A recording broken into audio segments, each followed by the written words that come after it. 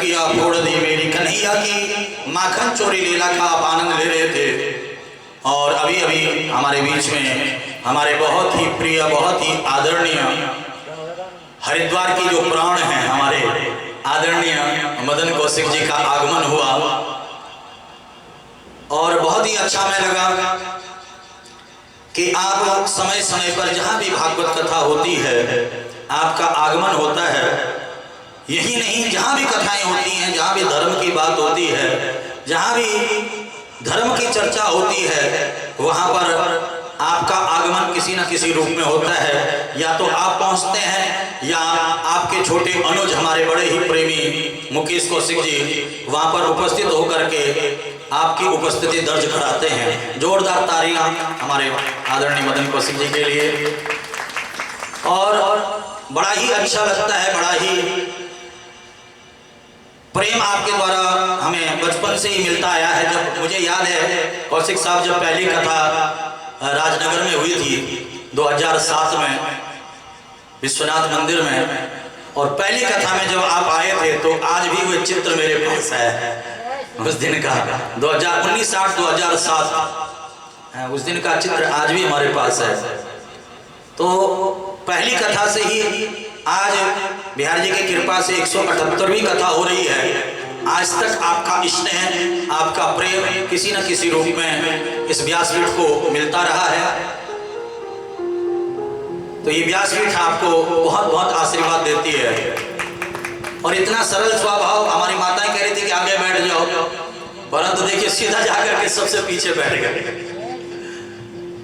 तो मैं चाहूंगा कि हमारे कौशिक साहब जब आए हैं पता नहीं चलेगा कि पीछे से पीछे चले गए। तो मैं चाहूंगा 2 शब्द आपके द्वारा बसंत विहार कॉलोनी की जनता को, क्योंकि आप एक ब्राह्मण हैं, ज्ञानी हैं, विद्वान हैं और उत्तराखंड के आप बहुत ही अच्छे अच्छे पदों पर रहते हुए बहुत अच्छे अच्छे कार्य आपके द्वारा होते रहते हैं। आप हरिद्वार के मार्गदर्शक हैं। मैं चाहूँ नहीं, मैं इच्छा है मेरा मन है, क्योंकि मैं आपको हर कथा में सुनता हूँ और आप बहुत अच्छा बोलते हैं। हो सकता है कि व्यासपीठ से तो रोज ही लोग सुनते हैं, आपके द्वारा 2-4 शब्दों से हो सकता है कि लोगों को कुछ अच्छी प्रेरणा मिले, एक जागरूकता है। अभी पहली बार एक बात मैं और बताना चाहूंगा कौशिक जी के बोलने से पहले, पहली बार हरिद्वार में एक बड़ा ही सुंदर कार्य मेरे को बहुत अच्छा लगा। परशुराम जी के नाम पे कुछ भी नहीं था हरिद्वार में, परंतु हमारे कौशिक जी के द्वारा परशुराम घाट का निर्माण हुआ है और बहुत ही दिव्य घाट है, बहुत ही सुंदर घाट है। आज हजारों लाखों लोग उस घाट पर जाकर के आनंद की अनुभूति करते हैं। इसलिए मैं बहुत बहुत शुभकामनाएं कौशिक जी को देता हूँ, बहुत बहुत बधाई देता हूँ हमारे कौशिक साहब। पूज्य व्यासपीठ पर विराजमान व्यास जी महाराज को नमस्कार प्रणाम। और बसंत विहार कॉलोनी में इस भागवत कथा में उपस्थित सभी अधिकतर संख्या में बहनें हैं, लेकिन थोड़े बहुत भाई भी कम है। भागवत कथा मुझे लगता है बसंत विहार में पहली बार हो रही है। 14वां वर्ष है या 14वां है। इस कॉलोनी वाले कराते हैं जी, पूरी कॉलोनी वाले। हाँ, तो बसंत विहार कॉलोनी में मुझे इसलिए बहुत आनंद होता है कि यहाँ पर चुनाव की दृष्टि से, फिर कुछ अन्य कार्यों की दृष्टि से, तो आज मैं सुबह जब मैंने कहा कि आज मुझे आना है, तो पांडे जी ने कहा कि जब तक नहीं आना जब तक मैं कॉलोनी में ना पहुँच जाऊँ। अब पांडे जी खुद इस समय आए हैं, नहीं तो मैं और आधा घंटा पहले आना था मुझे। तो भागवत कथा हमारा जीवन है। भागवत कथा हमारे जीवन का कोई भी हम यानी जन्म से लगाकर और अंतिम समय तक जितने आप जब भागवत सुनते हैं तो बड़ा आनंद इस रूप में आता है। एक बार एक भागवत हुई तो मैंने सोचा कि भागवत में पूरा समय बैठना है, तो फिर सोचा बैठेंगे कैसे, इतने घंटे रोजाना बैठना है। लेकिन जब पहले दिन बैठना शुरू हुए तो तब आप अगर पूरे समय बैठ जाते हो तो फिर आपको घर वाले भी रोके, आप उससे रुकने वाले नहीं। तो भागवत वो चीज है। तो आज भागवत के लिए मैं पूज्य व्यास जी को प्रणाम करता हूँ। आपके श्रीमुख से बहुत सुंदर भागवत का आप पाठ करते हैं, बहुत सुंदर आप इस रूप में पूरे हरिद्वार में प्रसिद्ध हैं, पूरे हरिद्वार के बाहर भी आप जाते हैं। तो आपको मैं प्रणाम करते हुए कि आपके श्री मुख से ये जो भागवत की कथा हम सब लोग सुन रहे हैं, निश्चित रूप से सभी की मनोकामना पूरी हो और हम सब लोग इस भागवत कथा के माध्यम से भी अपने उस मार्ग पर आगे बढ़ें जिस मार्ग को हम समझते हैं कि हमारे कर्तव्य का मार्ग है। ये मार्ग हमें निश्चित रूप से एक अच्छी दिशा में बढ़ाने वाला मार्ग है। तो आप सब बसंत विहार और अन्य सभी, चूंकि कई दूसरी कॉलोनी की भी हमारे बहनें बैठे मैं देख रहा था पीछे, तो आप सभी को मेरी ओर से बहुत बहुत बधाई, बहुत बहुत शुभकामनाएं। व्यास जी को नमस्कार। बहुत ही सुंदर, बहुत ही कम शब्दों में बहुत सुंदर बात आपके द्वारा कही गई है। हमारो धन राधा श्री राधा, श्री राधा हमारो धन श्री राधा, श्री राधा परम धन राधा, श्री राधा, श्री राधा परम धन राधा, श्री राधा, श्री राधा जीवन धन राधा, राधा राधा राधा राधा जीवन धन राधा, राधा राधा राधा जीवन धन राधा, राधा राधा राधा राधा जीवन धन राधा, राधा राधा राधा हमारो धन राधा, श्री राधा, श्री राधा हमारो धन राधा, श्री राधा, श्री राधा परम धन राधा, श्री राधा, श्री राधा परम धन राधा, श्री राधा, श्री राधा रसिक धन राधा, श्री राधा, श्री राधा रसिक धन राधा, श्री राधा, श्री राधा। जय जय श्री राधे श्याम। वत्सान्मुञ्चन क्वचित् समये क्रोध सञ्जातयासा स्तेयं स्वादवत्पदिपयः कल्पितैस्तेन योगे मरकान् भोक्षन् विभज्य सचेन्नेति भाण्डं विनत्ति द्रव्यालाभे सगृहकुपितो याति प्रक्रोशतोकान्। यहाँ पर गोपिकाएं उलाहना लेकर के जाती हैं, शिकायत लेकर के जाती हैं कि हे मैया यशोदा तेरा लल्ला बहुत बिगड़ गया है। मैया यशोदा अपने लल्ला की जो शिकायतें वे सुनती है। कोई भी माँ अपने बच्चे को गलत नहीं समझती है, ध्यान देना। अगर बच्चा बिगड़े हुए कोई कार्य कर बैठे और अड़ोसी पड़ोसी अगर शिकायत लगाने के लिए आ जाएं, तो माताएं पड़ोसियों से लड़ पड़ती है। मेरा बच्चा बिल्कुल नहीं बिगड़ सकता है, तेरे बच्चे ने बिगाड़ लिया है, बिगड़ा हुआ तेरा बालक है। कई बार झगड़े हो जाते हैं। तो मैया यशोदा भी इसी प्रकार से कहती है कि मेरा बालक तो कभी गलत हो ही नहीं सकता है। परंतु आज दाऊ भैया स्वयं शिकायत लगाने के लिए पहुंच गए कि हे मैया यशोदा तेरे लल्ला ने माटी खाई है। मैया यशोदा कहती माटी खाई है? हाँ मैया। मैया यशोदा भागी भागी आई, कन्हैया से कहा कन्हैया तूने माटी खाई है? कन्हैया कहते हैं ना हम भक्षितवान अम्बः सर्वे मिथ्याभिशंसिनः। सब झूठ बोलते हैं। हाँ हाँ सत्यवादी हरिश्चंद्र तो तू ही है, सब झूठे हैं तो सच्चा तो तू ही है। चल खोल मुंह खोल। और जैसे ही कन्हैया ने अपना मुख खोला तो संपूर्ण ब्रह्मांड का दर्शन कन्हैया के मुख में मैया कर रही है। संपूर्ण ब्रह्मांड का दर्शन। मानो कन्हैया कहना चाहते हैं माटी नहीं है तो ब्रज की रज है, ब्रज के प्रसादी है। कि वृंदावन की गैल में मुक्ति पड़ी बिलकाल, मुक्ति कहे गोविंद सो मेरी मुक्ति बता। कन्हैया कहते हैं पड़ी रहे यहाँ गैल में साधु संत कट जाए, उड़ रज मस्तक पड़े तो मुक्ति मुक्त है जा। ये ब्रज की रज में इतना सामर्थ्य है कि मुक्ति को भी मुक्त कर देती है। मेरे पेट में एक नहीं अनेकों ब्रह्मांड है, अनेकों भक्त है जो मुक्त होना चाहते हैं। कैसे मुक्त होंगे? उन सब तक मैं ब्रजरज पहुंचा रहा हूं ताकि सब के सब मुक्त होकर के मेरे धाम को पहुंच जाए। इसलिए मैया यशोदा को संपूर्ण ब्रह्मांड दर्शन कन्हैया ने अपने मुख में करा दिया। इतने में बीच में योग माया आ गई, वो दृश्य अदृश्य हो गया। मैया अपने काम में लग गई। एक दिन सुखदेव मुनि कह रहे हैं कि एकदा गृहदासीसु यशोदानंद गेहनि कर्मंतर नियुक्तासु निर्ममंत स्वयं दधि। मैया यशोदा अपने हाथों से दही भिगो रही थी, माखन तैयार कर रही थी। कन्हैया ने जाकर के मथानी पकड़ ली। मैया भूख लगी है, माखन दो ना। कहा लल्ला ताजा माखन निकल रहा है, ताजा माखन दूंगी ना। कहा नहीं, मुझे बासी ही दे दो, पर दे दो। मैया ने कहा बिल्कुल नहीं, बासी नहीं, आज ताजा माखन दूंगी। इतने में कन्हैया की दृष्टि पड़ गई दूध चूल्हे में रखा हुआ था। अच्छा मैया ये बताओ, तुम्हें दूध प्यारा लगता है कि पूत प्यारा लगता है?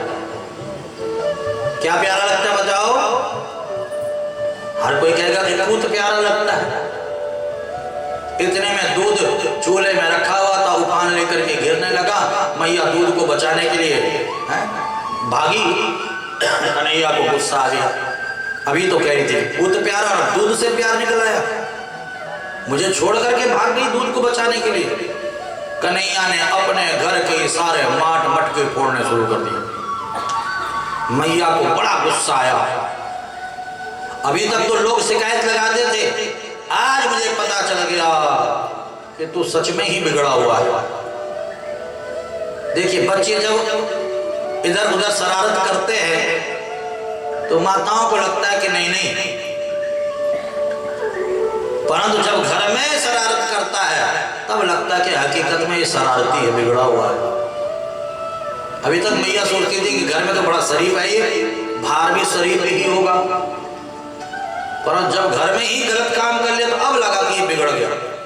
मैया इसे ओखल में बांध देती है।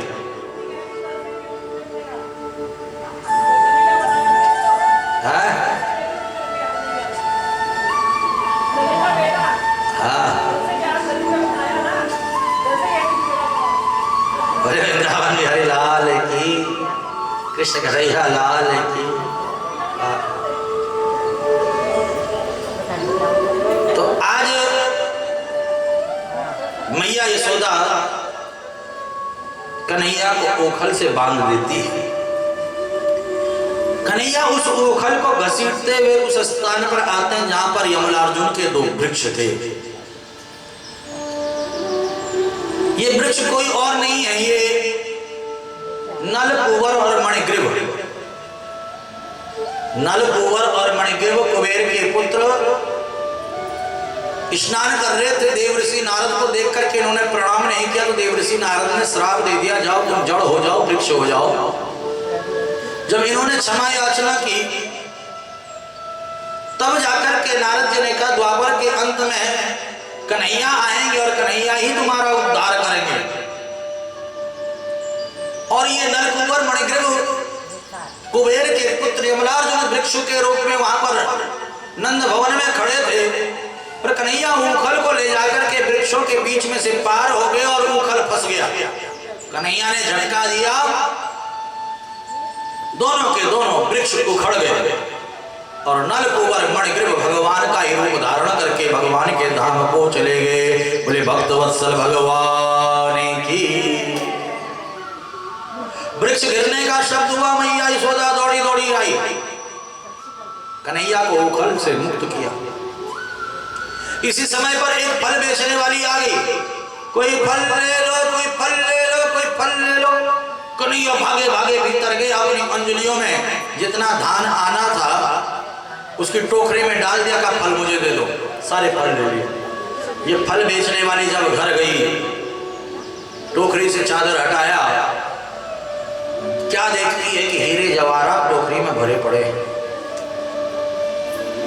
कहा तुझे देता नहीं देखा मगर झोली भरी देखी।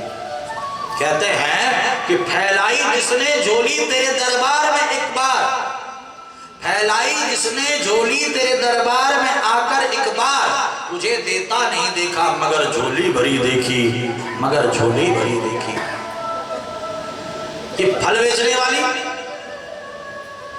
ये सोचती है कि 2-4 दाने ही मुझे मिले हैं अन्न के, अनाज के, पर तो जब घर आकर के देखती है तो पूरी की पूरी टोकरी हीरे जवाहरातों से भरी पड़ी होती है। गोविंद की कृपा जान करके गोविंद दीवानी हो जाती है, और जो गोविंद की दीवानी हो जाती है वे फिर हीरे जवाहरात से कोई मतलब नहीं। जो प्रभु से प्रेम करने लग जाते हैं, प्रभु प्रेमी हो जाते हैं, वो अपना सर्वस्व प्रभु को समर्पित कर देते हैं। इसने वो हीरे जवाहरात ब्रजमंडल में बांटने शुरू कर दिए का प्रभु का प्रसाद है। सुंदर भगवान का गुणगान करती हुई ब्रजमंडल में विचरण करती है।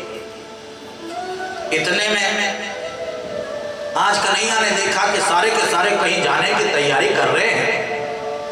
कन्हैया ने पूछा कहां जा रहे हैं सब लोग? नंद बाबा ने कहा कि वृंदावन जाएंगे। यहाँ गोकुल में कंस के द्वारा रोज राक्षस भेजे जाते हैं। अब हम एक काम करते हैं, वृंदावन में रहते हैं। कन्हैया ने जैसे वृंदावन का नाम सुना, कन्हैया गदगद हो गए, प्रसन्न हो गए। वृंदावन जा रहे हो। वृंदाया तुलस्यावनमिति वृंदावनम, वृंदाया तुलस्यावनम, राधाया भक्ति सहितो यत्र तत्र वृंदावनम। जहां पर तुलसी हो, तुलसी का वन हो, जहां पर राधा रानी हो, राधा नाम हो, जहां पर गोविंद सेवा, ठाकुर सेवा हो, वही वृंदावन है। हमारा घर भी वृंदावन बन सकता है। घर घर तुलसी ठाकुर सेवा, दर्शन गोविंद जी को, अली मोहि लागे वृंदावन नी को। हमारा घर भी वृंदावन बन सकता है। घर में अगर तुलसी है, घर में अगर ठाकुर जी हैं, ठाकुर जी की सेवा होती हो, हर समय उठते बैठते अगर राधे राधे बोला जाता हो, तो हमारा घर भी वृंदावन बन सकता है। तो इसलिए मेरे कन्हैया को वृंदावन बड़ा प्रिय लगता है। आज वृंदावन पहुंचे तो सबसे पहले मेरे कन्हैया वत्सपाल बने। बछड़ों को चराने के लिए जब वन में गए तो वत्सासुर दैत्य आया, बछड़े का रूप धारण करके। दाऊ भैया ने इसके पैर पकड़ करके घुमा करके जब फेंका, वृक्षों से टकराता हुआ, रुधिर भ्रमण करता हुआ रूप गोविंदाय नमो नमः। इतने में महाराज जमुना के किनारे भैया बछड़े चल रहे थे, एक बगुला आ गया, बकासुर। कन्हैया ने इसकी दोनों चोंच पकड़ करके इसको चीर करके इसका उद्धार किया।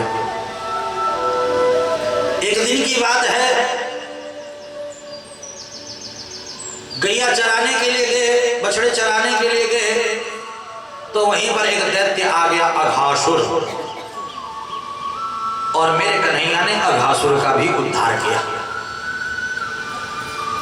भोजन लीला कर रहे थे, ब्रह्मा जी को आश्चर्य हो गया, ब्रह्मा जी को मोह हो गया। विप्रदवेणं जठरपटयो श्रृंगवेत्रे च कक्षे वामे पाणे विषणकवलं तत्फलान्याङ्गुलीषु तिष्ठन्मध्ये स्वपरहृदये हासयन्नर्मभिस्वे स्वर्गे लोके मिप्सभुजे यज्ञभुक्बालके। श्रीमद् भागवत महापुराण 10वें स्कंद 13वां अध्याय 11वां श्लोक। यहाँ पर मेरे कन्हैया की इस वन भोज लीला का वर्णन है।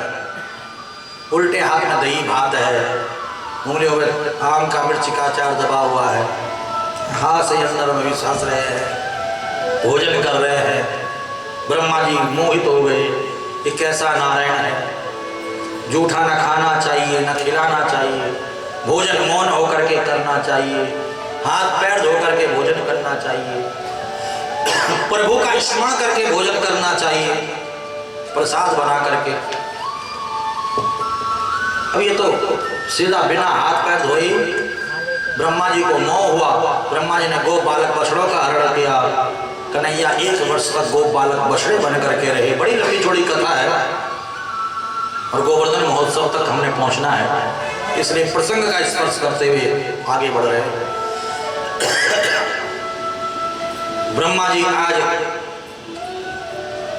कन्हैया के चरणों में चारों मुखों से लोट-पोट होकर के प्रणाम करते, क्षमा मांगते कि नौमी जटे प्रमुख से तड़िदंबराय कुंजावतंस परिपिच्चल सन्मुखाय वन्यस्त्रजे कवलवे विषाणवेणो लक्ष्मश्री मधुपदे पशुपांकजाय।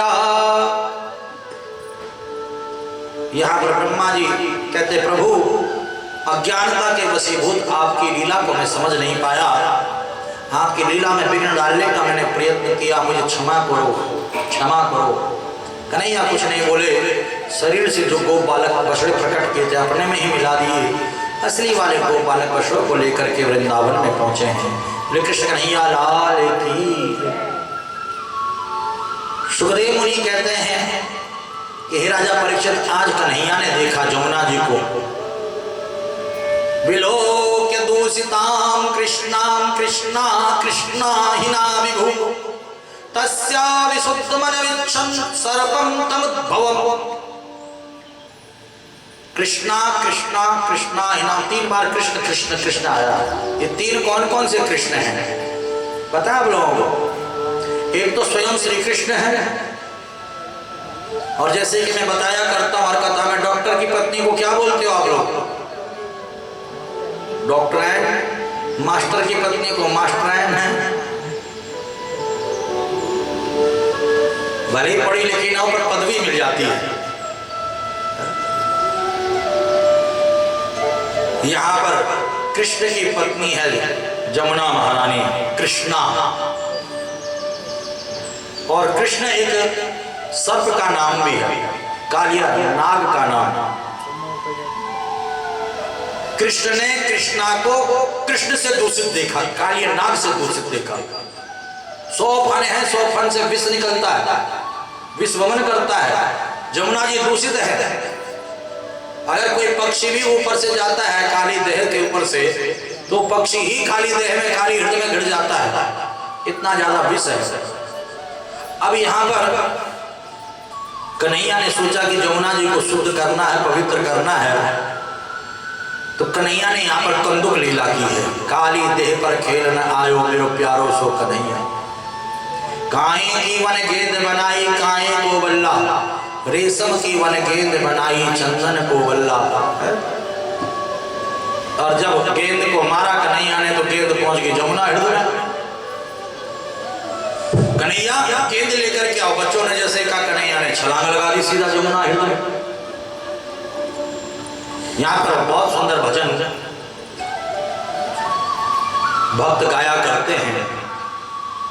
कोते जमुना में कन्हैया लेके मुरली, कोते जमुना में कन्हैया लेके मुरली, कोते जमुना में कन्हैया लेके मुरली, बोले के मुरली हो गाना लेके मुरली, बोले के मुरली हो गाना लेके मुरली, कोते जमुना में कन्हैया लेके मुरली, कोते जमुना में कन्हैया लेके मुरली।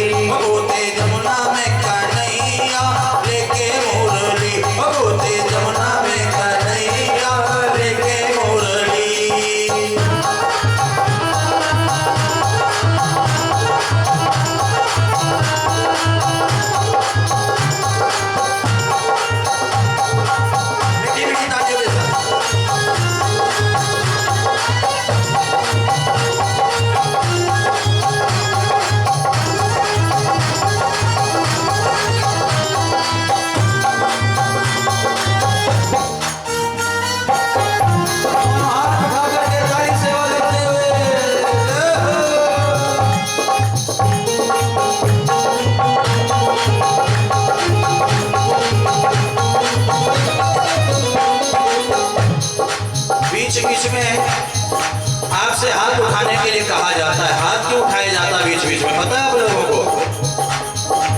जब जय जय श्री राधे बोला जाता तब भी हाथ उठाया जाता, और बीच में भजन होता है तो भी आपसे कहा जाता हाथ उठा करके खाली सेवा करो। क्यों, किस लिए पता है आपको? नहीं पता है। कोई जल में डूब रहा हो, कोई जल में डूब रहा, गंगा जी में, यमुना जी में, सरोवर में कहीं डूब रहा हो तो कैसे कहेगा मुझे बचाओ? जरा बताओ, हाथ उठा करके। हम और आप भी डूब रहे हैं, गोते खा रहे हैं इस भव सागर में, संसार सागर में। जब कोई डूब रहा होता हाथ उठा करके कहता मुझे बचाओ मुझे बचाओ, किसी की नजर पड़ती है हाथ पकड़ करके बाहर निकाल लेता है। तो ऐसे ही संसार सागर में हम भी डूब रहे हैं, हाथ उठा करके कहते हैं कन्हैया से हमें बचाओ। कन्हैया की दृष्टि पड़ती है, हाथ पकड़ करके भव सागर से पार लगा लेता है।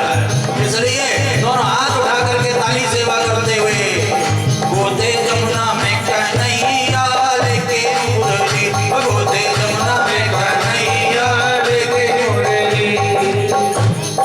रोवत रोवत यशोदा मैया जमुना तट पर आई, रोवत रोवत यशोदा मैया जमुना तट पर आई, रोवत रोवत यशोदा मैया जमुना तट पर आई, रोवत रोवत यशोदा मैया जमुना तट पर आई। मुझे छोड़कर कहाँ चले हो छोटे कृष्ण कन्हैया, मुझे छोड़कर कहाँ चले हो छोटे कृष्ण कन्हैया। यहाँ पर मैया रोती हुई जमुना के तट पर आ रही है। देखिए, जब हमारे बच्चों को कोई दुख आता है, कोई तकलीफ आती है, कहते हैं कि कुपुत्रो जाए तो क्वचित अपि कुमाता न भवति। पुत्र कुपुत्र हो सकता है पर माताएं कभी कुमाताएं नहीं हो सकती हैं। और माँ अपने बच्चे से बड़ा प्रेम करती है। जब भी बच्चे के जीवन में कोई दुख, कोई तकलीफ, कोई संकट आता तो माँ रोती है। और यहाँ पर तो परम पिता परमात्मा परमेश्वर त्रिलोकी के नाथ भगवान नारायण बालक बन करके आए हैं, और वह बालक आज जमुना हृदय में है जहाँ पर कालिया नाग रहता है। तो भला नंद रानी यशोदा क्यों न रोए? परमात्मा के लिए रोती है, प्रभु के लिए रोती है, कृष्ण के लिए रोती है। इसलिए कहा है रोवत रोवत जसोदा मैया जमुना तट पर आई, रोवत रोवत जसोदा मैया जमुना तट पर आई।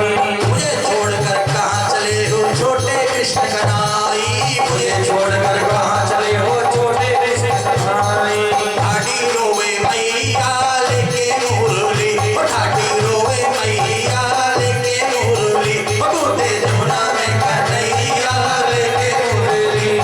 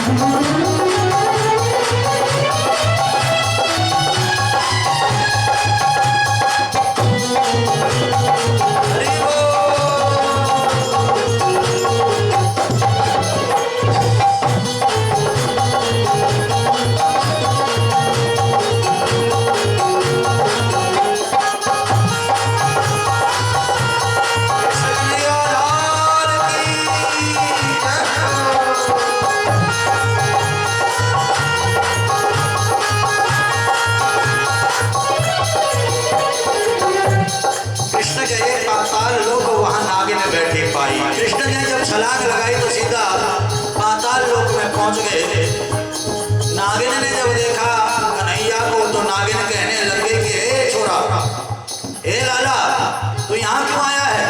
तू यहाँ से चले जा, अभी हमारा नाग सो रखा है, अगर जाग जाएगा तो तुम्हें नहीं छोड़ेगा। कन्हैया कहते हैं उसे ही जगाने के लिए आया हूँ, जगा उसको। जब नागिन और कन्हैया के बीच में वार्तालाप चल रहा था तो इतने में कन्हैया को देख करके नाग जग गया और नाग ने पुकार लगाई और कन्हैया को अपनी पूंछ में लपेट दिया और कन्हैया ने अपना रूप बढ़ाया और काले नाग के फन पर कूद गए। अब काले नाग जिस भी फन को उठाता कन्हैया उसी फन पर कूदने लग जाते हैं।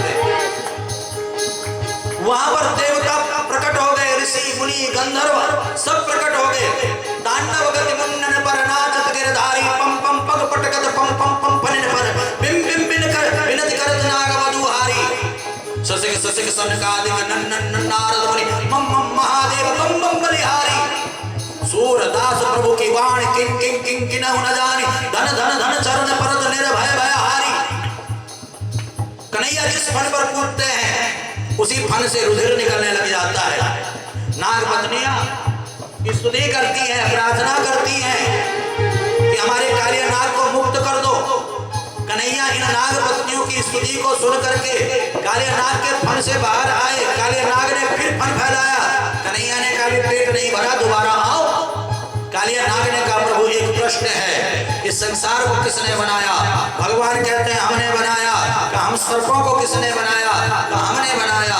कहा प्रभु एक प्रश्न यह है कि मालिक नौकर को 5 रुपया दे, नौकर 5 रुपए का 5000 कर दे, 5 लाख कर दे, मालिक को खुश होना चाहिए कि गुस्सा? का खुश होना चाहिए।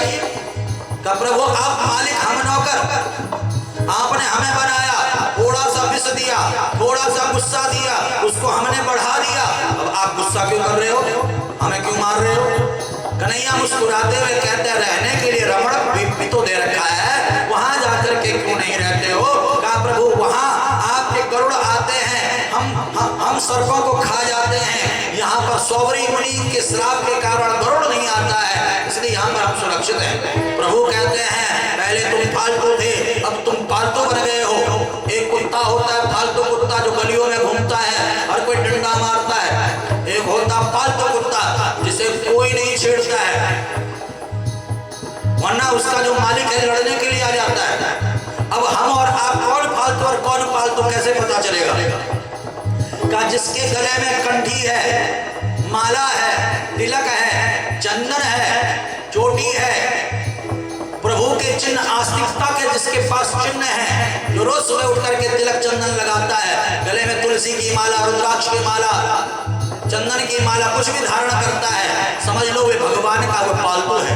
परंतु जिसका माथा सोना, जिसके गला सोना, जिसके पास कोई भी चिन्ह नहीं है पालतू होने के, भगवान का होने का, वो समझ लो फालतू है।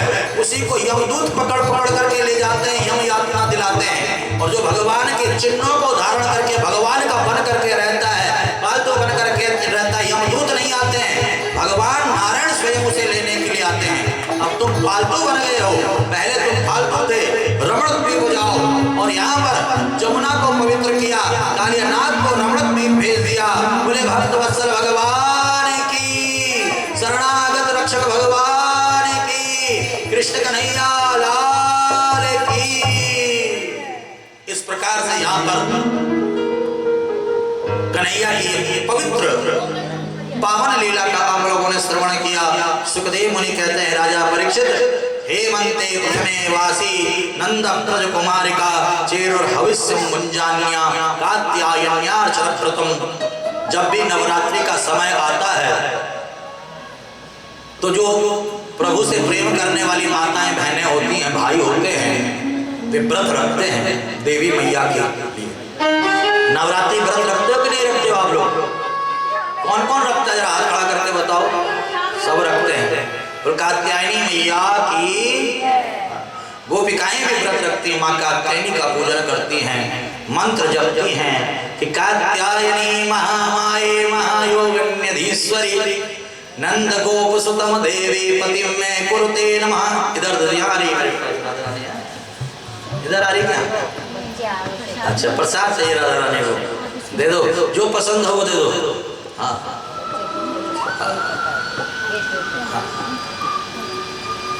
बहुत ही सुंदर माँ भगवती का प्रसंग चल रहा है और भगवती स्वयं कह रही मुझे प्रसाद दे दो। बड़ा सुंदर। गोपिकाएं व्रत रखती हैं, कात्यायनी माई की उपासना करती, मंत्र जपती हैं कि कात्यायनी महामाये महायोगन्यधीश्वरी नंद गोप सुतम देवी पतिम में कुरुते नमः। कृष्ण मिल जाए बस हमें। और माँ भगवती की आराधना उपासना तो करती हैं, परंतु कुछ गलतियां भी करती हैं और गुरु का कार्य है उन गलतियों को सुधारना।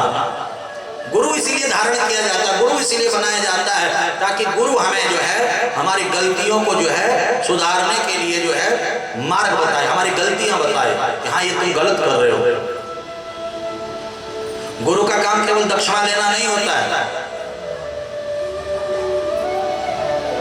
चेले को फोन कर दिया कि आज इतना पैसा दे दो, आज ये कर दो, आज ये सेवा करो, ये गुरु का काम नहीं। गुरु का काम है शिष्य की गलतियों को बताना ताकि उन गलतियों को वो छोड़े, उन गलतियों को त्यागे और भगवान तक पहुंच सके, भगवान को पाले। अस्तो मां सदगमय तमसो मां ज्योतिर्गमय मृत्युर्मा अमृतम गमय। गुरु का कार्य असत्य से सत्य की ओर ले जाना, अंधकार से प्रकाश की ओर ले जाना, मृत्यु से अमृत की ओर ले जाना।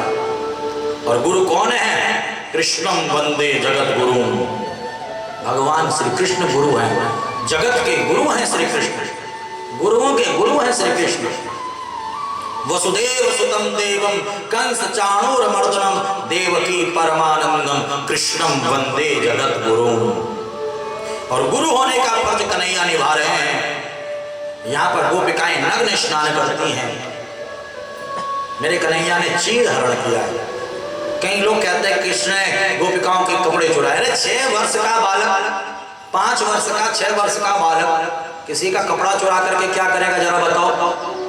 कभी सोचा है किसी ने? यहाँ पर कन्हैया ने ये लीला इसलिए की ताकि गोपिकाओं की रक्षा सुरक्षा हो सके, क्योंकि ये गोपिकाएं नग्न स्नान करती, कंस के राक्षस छुप छुप करके देखते हैं, पकड़ करके कंस के पास ले जाते हैं, अभद्र व्यवहार करते हैं, दुर्व्यवहार करते हैं। इन गोपिकाओं की लाज बचे, इन गोपिकाओं की रक्षा हो सके। आज भी इस पूरी पृथ्वी पर अनेकों अनेकों राक्षस हैं, आतताई हैं, अधर्मी विधर्मी हैं। और गुरु उन राक्षसों से, उन आतताइयों से बचाने का कार्य करता है। शस्त्र का ज्ञान दे करके, शास्त्र का ज्ञान दे करके, जीवन जीने का ज्ञान दे करके, कैसे जीना है, कैसे व्यवहार करना है, कैसे समाज में उठना है, बैठना है, चलना है, हर एक ज्ञान गुरु देता है। और कृष्ण वंदे जगत गुरु। कृष्ण ने इन गोपिकाओं को ज्ञान देने के लिए चीर हरण किया और शिक्षा दी। स्नानम दानम तथा होमम शयनम गमनम भुजिम विवस्त्रो न परपुर्वीतो कुर्वाण पाप कृत भवे। स्नान करते समय, दान देते समय, घूमते फिरते समय, कहीं भी आते जाते उठते बैठते विवस्त्र नहीं रहना है। न जाने कब कौन से राक्षस की दृष्टि पड़ जाए। इसलिए माताओं बहनों को अपनी सुरक्षा अपने आप करनी है। तो यहाँ पर ये चीर हरण आवरण हरण की लीला, माया का हरण। भगवान माया रूपी चीर हरण करते हैं, क्योंकि जब तक माया रूपी चीर है तब तक माधव नहीं मिल सकता है। माया रूपी पर्दा जब हट जाता है तभी माधव का साक्षात्कार होता है। बोले भक्तवत्सल भगवान की। आज कन्हैया ने देखा सुंदर सुंदर पकवान बन रहे हैं। कन्हैया ने पूछ लिया, भाई ये पकवान काहे के लिए बन रहे हैं? मैया यशोदा से पूछा। मैया यशोदा ने कहा, देखो परेशान मत करो, जय जय की तैयारी हो रही है। कन्हैया ने कहा, जय जय किसका होगा? कहा चलो चलो अपने बाबा से पूछो, बहुत ज्यादा व्यस्त हूं मैं। माताएं जब व्यस्त होती है तो बच्चों से ठीक से बात नहीं करती हैं। अब कन्हैया जो है बाबा के पास आगे बाबा से पूछा।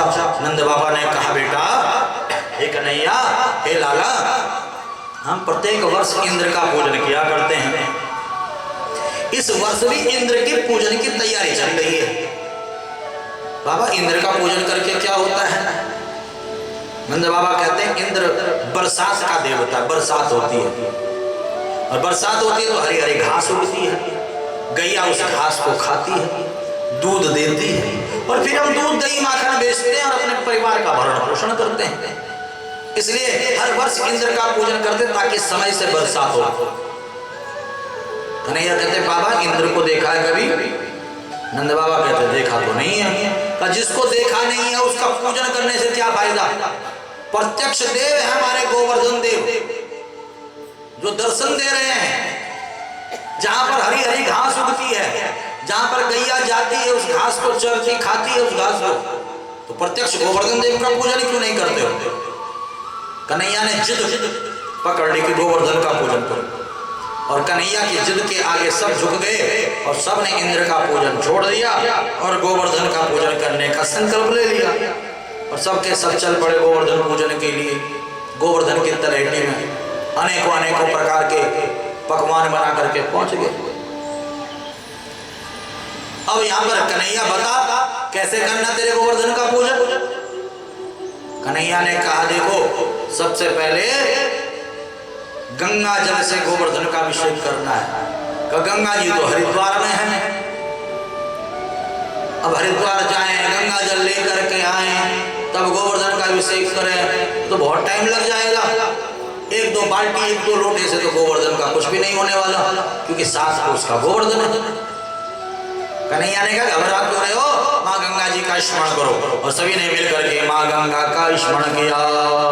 देवी सुरेश्वरी भगवती गंगे, देवी सुरेश्वरी भगवती गंगे, त्रिभुवन तारणी तरल तरंगे, त्रिभुवन तारणी तरल तरंगे, देवी सुरेश्वरी भगवती गंगे, देवी सुरेश्वरी भगवती गंगे, त्रिभुवन तारणी तरल तरंगे, त्रिभुवन तारणी तरल तरंगे, शंकर मौलि बिहारणी विमले, शंकर मौलि बिहारणी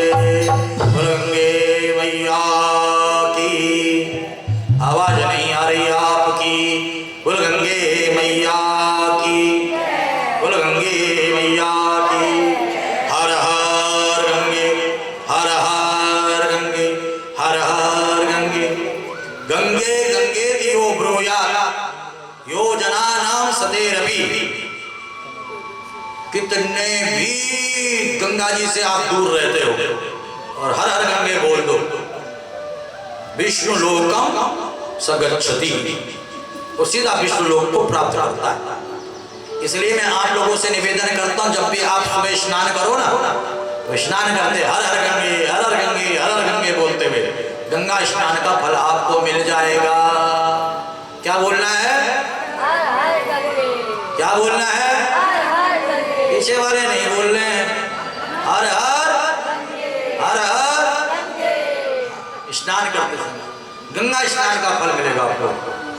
और बहुत सारी माताएं कहती हैं कि गंगा जी, कईयों से पूछा जाए गंगा जी कब से नहीं गए हो, कहा हमें क्या जरूरत जाने की, हमारे नलकों में तो गंगा जल आता है। बहुत सारी बात, नल का जल भी गंगा जल बन जाएगा, चाहे आप यहाँ रहो चाहे कहीं भी रहो। हर हर गंगे बोलते हुए स्नान करो। विष्णु लोकम सगच्छति, सीधा विष्णु लोक की प्राप्ति होगी। यहाँ पर गंगा मैया की जब स्तुति की तो माँ गंगा जी प्रकट हो गई। बोले मानसी गंगा की। कन्हैया ने अपने मन से गंगा जी को प्रकट कर दिया। सभी ब्रजवासियों ने स्नान किया, सब बड़े प्रसन्न हुए। नमामि गंगे तव पाद पंकजम सुरासुरवंदित दिव्य रूपम भुक्तिं च मुक्तिं च ददासि नित्यं भावानुसारेण सदा नराणाम्। तव जलमहि तव जलममलं येन निपायितं तव जलममलं येन निपीतं परमपदं खलु तेन गृहीतं मातर्गंगे त्वय्यो भक्त किल तम दुष्टम न शक्तः। जिसने माँ गंगा जल का आचमन कर लिया, जिसने माँ गंगा जल का आचमन कर लिया, वह परम पद को पा लेता है।